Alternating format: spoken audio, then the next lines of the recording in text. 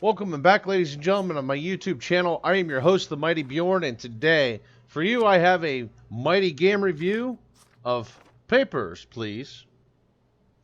The developer of this game is Lucas Pope. It was literally just designed by him. There was no one else. There's no developer, no nothing else. It's just him.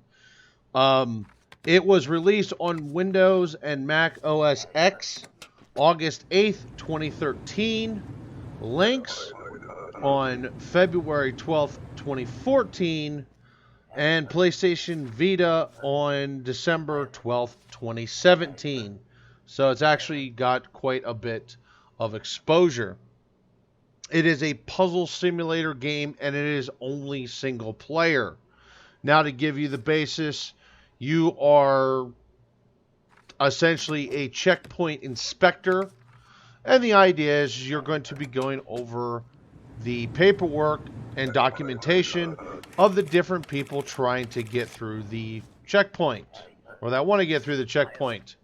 And what you're looking for is you're looking for anomalies, documents that are forged, improper documentation, such as what you're going to see here is, by this point, foreigners to cross the checkpoint needed an entry permit and could no longer cross with a ticket. Entry ticket. You're checking dates, you're checking the sex, the height, the weight, the whole 9 yards. Every little bit of information that you are given by the person trying to get through the border, you are checking their information. And then based on if the information is good, you will give them the green stamp, which means go. Or if it's not good, you will give them the red stamp, which means, yeah, get out of here. Now, at times, the information, the documents may be forged, and at that point, you will actually detain said person trying to cross through the checkpoint. The game does have a bit of a story mode to it. There's actually a terrorist faction that wants you to do different things for them. One of Georgie, the local drug dealer, he keeps trying to get through the checkpoint. You probably see him about 5 or 6 different times. As well as later on in the game, you will actually have a wanted poster, and you will be looking for wanted criminals. So the idea is you're going to go through, you're going to highlight the different types of discrepancies, and basically things will roll out as necessary. You can see me actually doing a discrepancy here. The photograph of the passport does not match the person. And then actually I believe this one goes a little bit further where the fingerprints don't match. And basically at this point I will be sending this person directly to the gulag. Do not pass to go. Do not collect 200 rupees. And depending upon how bad they really are, I think the guards just take them behind the tool shed and have them shot. I'm not sure. But anyway, the game is supposed to be set in 1982. And, well, from what I understand from Soviet checkpoints and roadblocks, it kind of feels like I'm the inspector of a Soviet roadblock or checkpoint. Now, what I liked actually the retro graphics of the game. I don't know why. You know, I'm not a huge graphics guy in the first place, but something about the retro graphics just felt good. The story mode is actually pretty interesting. There was a lot of moments of, oh great, what the hell is going to happen next? There's actually terrorist attacks. People actually do try to attack the checkpoint, and sometimes you have to get out a gun and defend the checkpoint. The rewards and penalties, obviously the rewards are you get better pay. Sometimes you get a nice plaque with your name on it saying you've done a good job. You have been a good little communist. But then the penalties are, if you get too many penalties, yeah, they'll take you behind the tool shed and have you shot. Or you'll go directly to gulag, do not collect 200 rupees. It really feels like I'm actually running a checkpoint. Like I said, you got to thoroughly check through the passports, the documentation, and everything else you have. The rules actually change every day.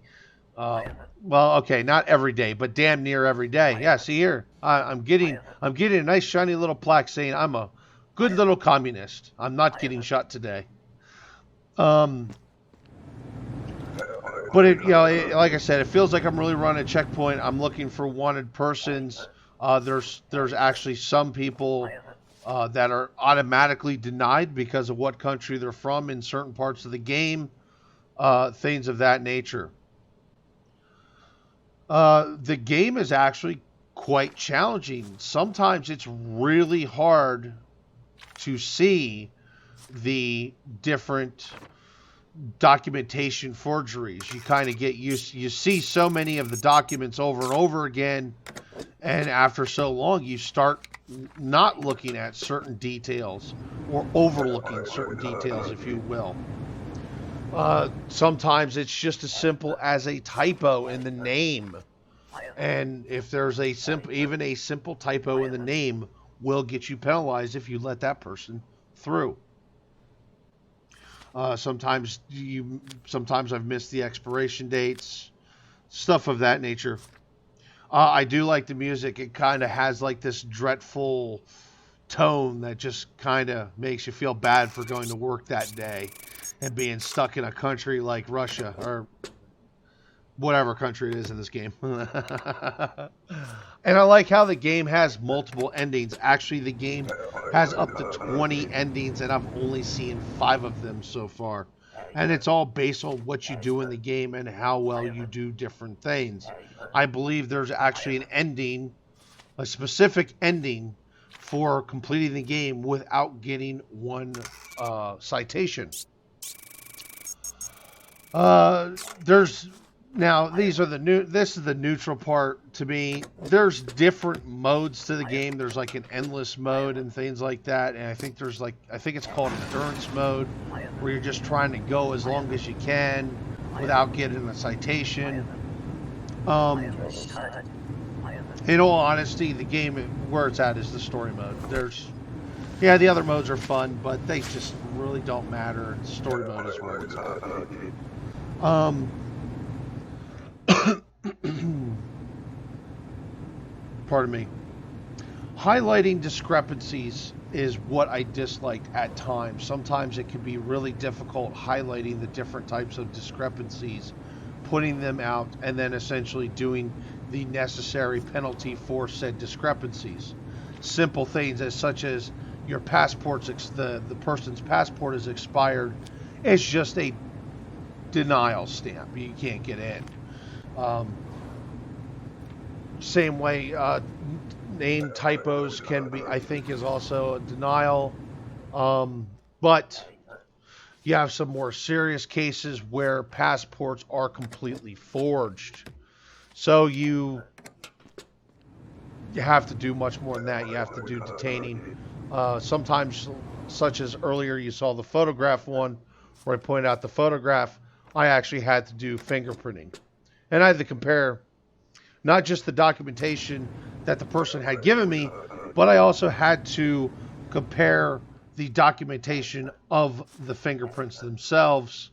And the sometimes people have 2 different names, and you gotta compare the names and the aliases and everything else like that. So it's really just like running a checkpoint. Now see here, this gentleman has a expired passport. So basically, I'll deny him, hand him back his paperwork, and tell him to buzz off. And honestly, denying people from getting the border kind of feels pretty good.